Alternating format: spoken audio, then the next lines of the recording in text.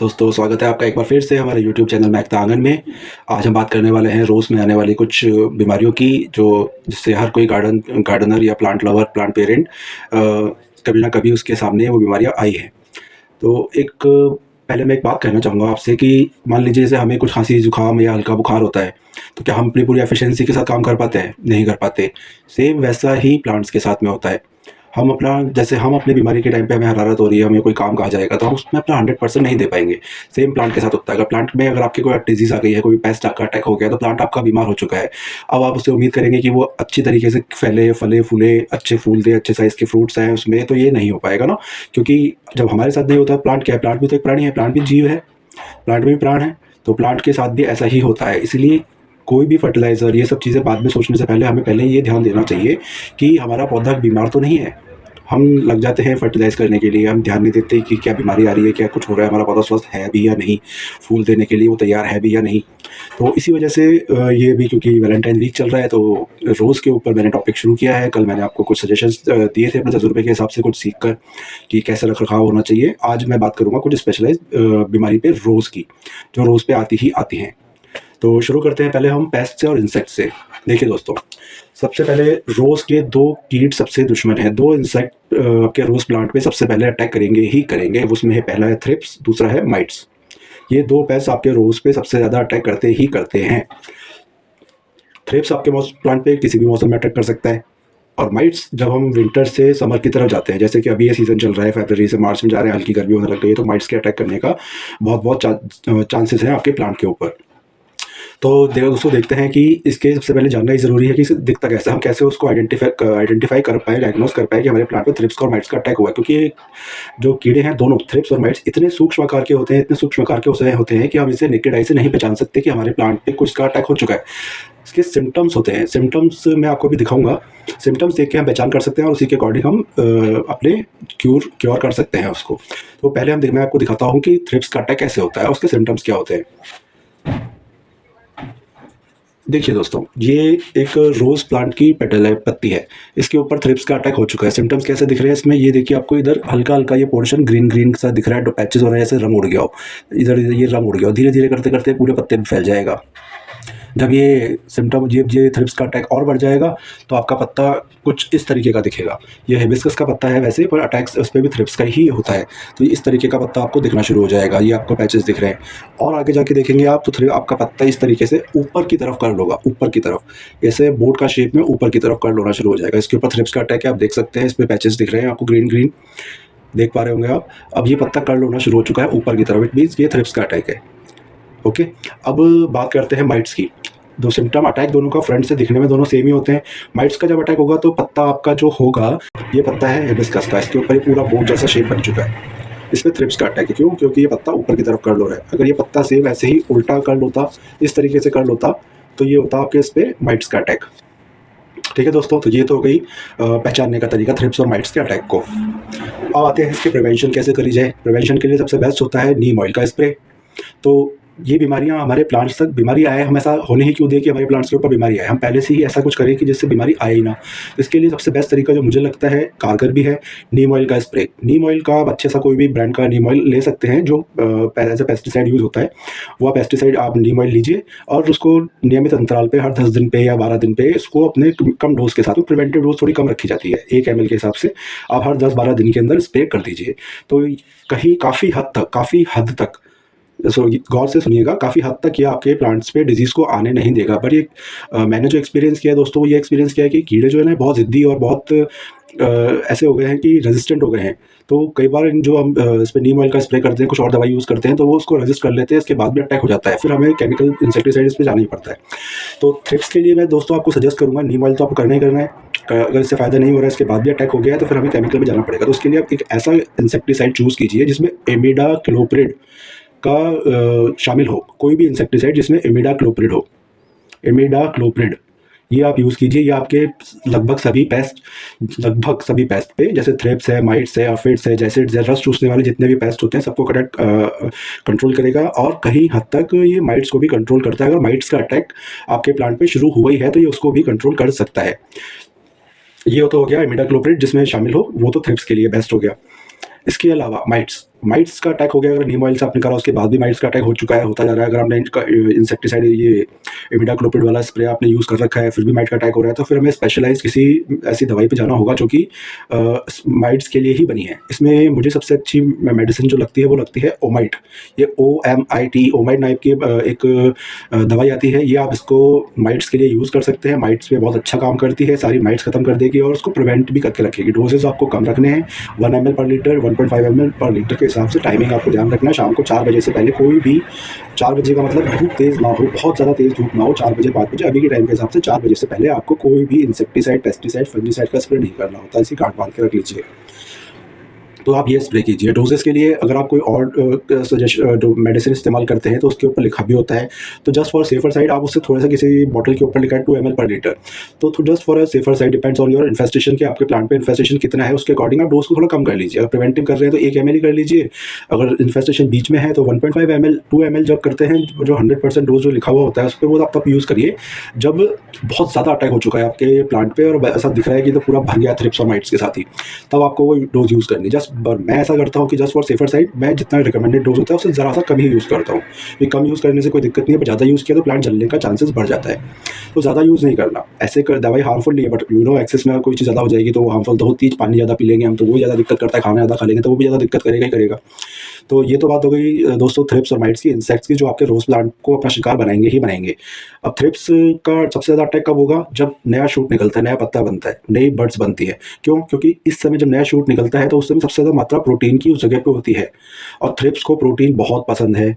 Thrips को protein बहुत पसंद है, तो ये थ्रिप्स अटैक उस समय नए पत्तों पे नई शूट्स निकले हैं जब आपके, और नई बड बनी है, उस पर अटैक करेगा ही करेगा। अभी एक एग्जांपल देता हूँ। कुछ आपको ऐसा दिखा होगा कि आपके पत्ते काले काले हो रहे हैं, पीछे से कलियां काली हो गई है। ये कालापन क्या है? थ्रिप्स का अटैक है। ये काला, उस पर अटैक हुआ है कीड़े का, कीड़ा यानी कि थ्रिप, जो उसको काला कर दिया। वो थ्रिप, उसका शेप बिगड़ गया है कली का, वो पूरी तरह से खुल नहीं पाएगी, क्योंकि थ्रिप्स को ना अंदर जो पोलेंस होते हैं वही भी थ्रिप्स को बहुत पसंद होता है। तो थ्रिप कोशिश करता है किसी तरह से इस बड के अंदर एंटर करने की। तो ये भी आप ध्यान रखिए, आपकी कोई बड टेढ़ी मेढ़ी हो रही है, इसके अंदर काले काले स्पॉट्स आ गए हैं, जैसा लग रहा है काला चल गया है, तो ये भी थ्रिप का अटैक है आपके प्लांट के ऊपर। तो ये आप थोड़ा अपने आंखों से देख के आइडेंटिफाई कर सकते हैं।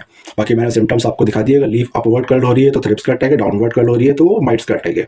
और सिर्फ प्रारंभिक सिम्टम है, वो हल्के हल्के से पैचेस आ जाएंगे ग्रीन पे ऊपर लीफ के ऊपर, तो वो आपको उससे पता चल जाएगा कुछ ना कुछ प्रॉब्लम आई है। अब वो थ्रिप्स है कि माइट्स है, वो उसका आपको तो कंट्रोल करना है। तो ये तो है थ्रिप्स और माइट्स, इंसेक्ट्स की बात। अब आती है रोज़ की सबसे बड़ी प्रॉब्लम्स, फंगस। फंगस एक बड़ी कॉमन सी बीमारी है जो आती ही आती है, रोज़ प्लांट पे आएगी ही आएगी। अगर आपकी परिस्थितियाँ अनुकूल नहीं रखी हैं रोज़ प्लांट को ग्रो करने के लिए, फंगस ऐसे किसी भी प्लांट पे आ सकता है, इसमें सच कोई प्लांट स्पेसिफिक फंगस नहीं होता। तो इस समय सर्दियों का टाइम है, तो सर्दियों के टाइम पे एक फंगस सबसे ज़्यादा अटैक करता है, दैट इज़ पाउडरी मिल्ड्यू।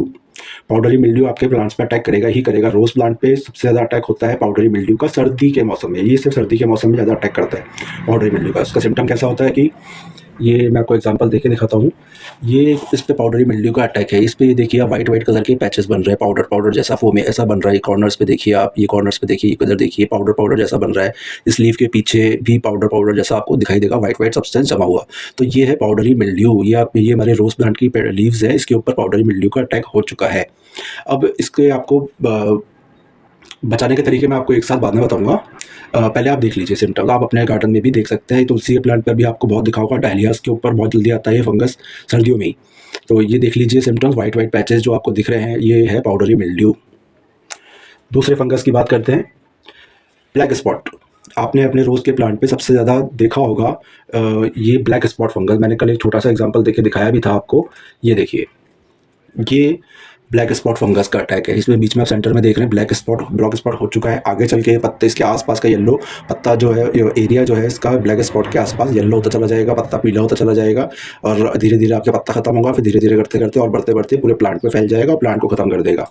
और क्लैरिटी से आप देखना चाहें तो मैं आपको दिखाता हूँ एक पत्ती और।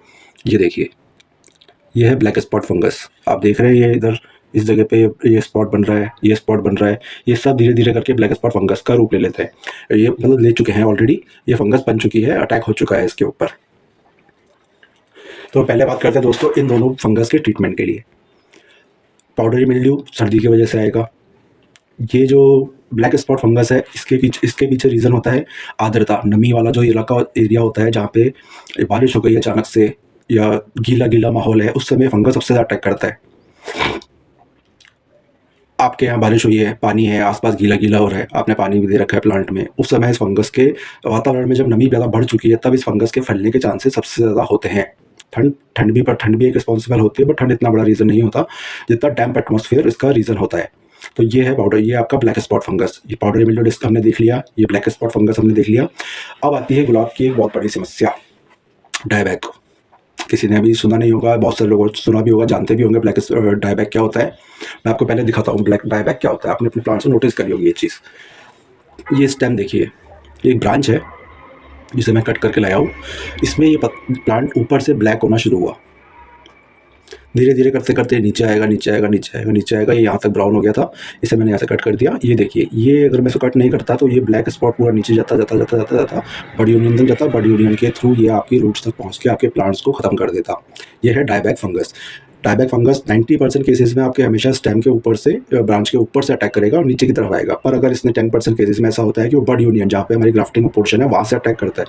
अगर उसने वहाँ से अटैक कर दिया तो फिर आप भूल जाइए, फिर आप उसको नहीं बचा सकते, फिर प्लांट नहीं बचता। इस चीज़ को हम बचा सकते हैं। इस डायबैक प्रॉब्लम को बचाने का क्या तरीका है, देखिए, ये यहाँ तक इस प्लांट का ये ब्लैक था, यहाँ तक इसका अटैक हो चुका है। अब इसके कुछ पोर्स जो कुछ है फंगस के पोर्स वो नीचे भी आ गए हैं, यानी कि इन्फेक्शन जो है वो नीचे भी जा चुका है। तो हमें क्या करना है कि यहाँ तक तो ब्लैक दिख ही रहा है आपको, इससे 2 या 3 इंच नीचे से यहाँ से इसको ब्रांच को काट के अलग कर दीजिए प्लांट से।